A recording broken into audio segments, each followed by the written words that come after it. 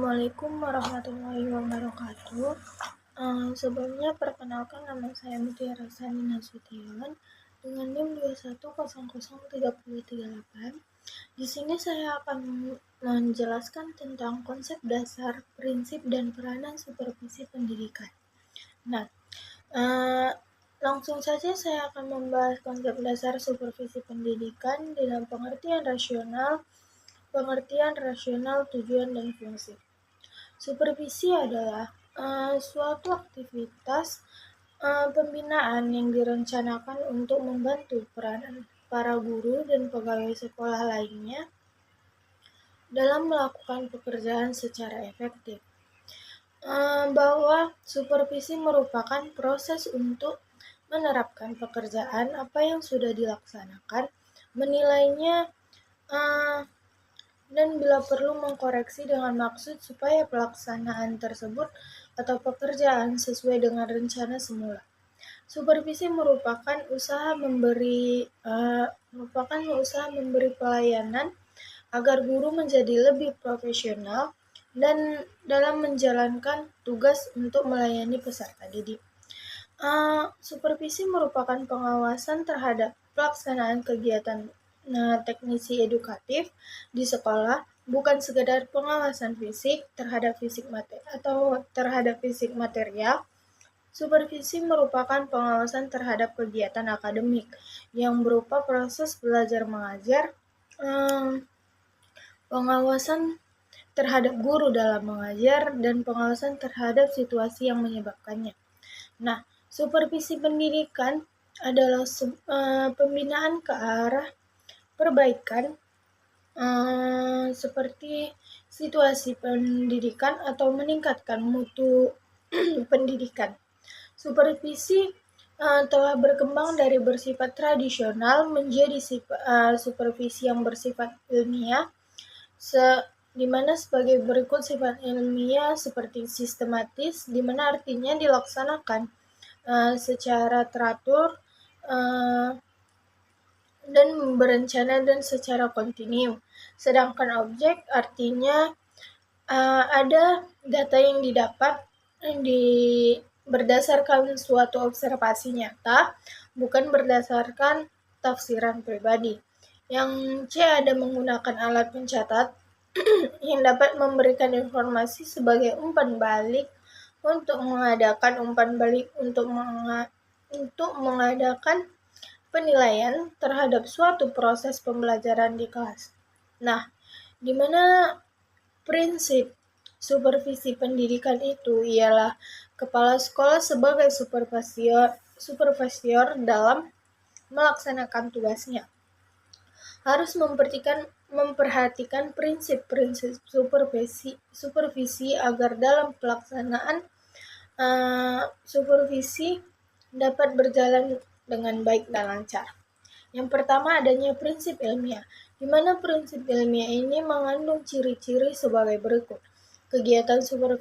Yang pertama, kegiatan supervisi dilaksanakan berdasarkan data objektif dan diperoleh dalam kenyataan pelaksanaan proses belajar mengajar. Yang kedua, adanya untuk memperoleh data, perlu diterapkan alat perekam data seperti angket, observasi, percakapan pribadi, dan seterusnya. Nah, yang ketiga, adanya setiap kegiatan supervisi dilaksanakan secara sistematis dan terencana. Yang B, adanya prinsip demokratis. Servis dan bantuan yang memberikan kepada guru berdasarkan hubungan kemanusiaan yang akrab dan kehangatan sehingga guru-guru merasa aman untuk mengembangkan tugasnya. Demokratis mengandung makna di mana menjunjung tinggi harga diri dan martabat guru bukan berdasarkan atasan dan bawahannya. Yang C, adanya prinsip kerjasama, mengembangkan usaha bersama untuk atau menurut istilah supervisi sharing of ide, sharing of expression, memberi support, mendorong, menstimulasi guru sehingga mereka merasa tumbuh bersama. Yang D, adanya prinsip konstruktif dan kreatif, Setiap guru akan merasa termotivasi dalam mengembangkan sebuah potensi kreatif kalau supervisi mampu menciptakan suasana kerja yang menyenangkan, bukan melalui cara-cara menakutkan. Nah, di mana terdapat tujuan supervisi pendidikan ini ialah menurut PTA, Seharti dalam bukunya menjelaskan bahwa tujuan supervisi ialah memberikan layanan dan bantuan untuk meningkatkan kualitas mengajar guru di kelas yang pada gilirannya untuk meningkatkan kualitas belajar siswa. Dengan demikian, jelas bahwa tujuan supervisi ini ialah memberikan sebuah layanan dan bantuan untuk meningkatkan kualitas belajar siswa, bukan saja memperbaiki kemampuan mengajar, tetapi juga mengembangkan potensi kualitas guru. Nah, yang keempat, adanya fungsi supervisi pendidikan, di mana fungsi utama supervisi pendidikan ditunjukkan pada perbaikan dengan meningkatkan situasi belajar mengajar.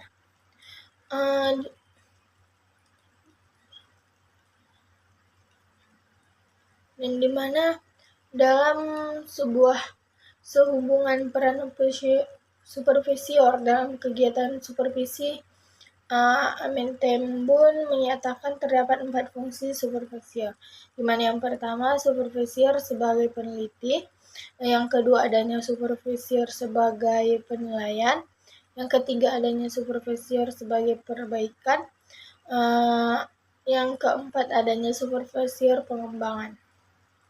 Dan di mana ruang lingkup dalam supervisor ini, kegiatan yang paling penting dan paling utama dari supervisi ialah pembinaan dan pengembangan yang diberikan kepada seluruh guru dan pegawai serta staf sekolah lainnya.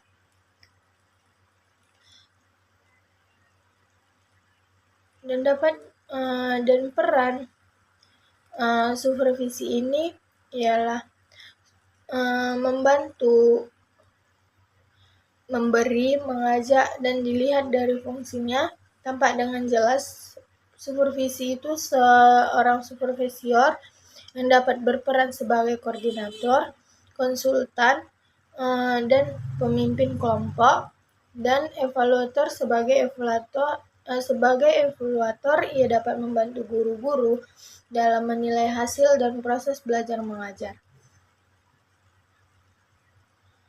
Cukup sekian materi yang saya sampaikan pada hari ini.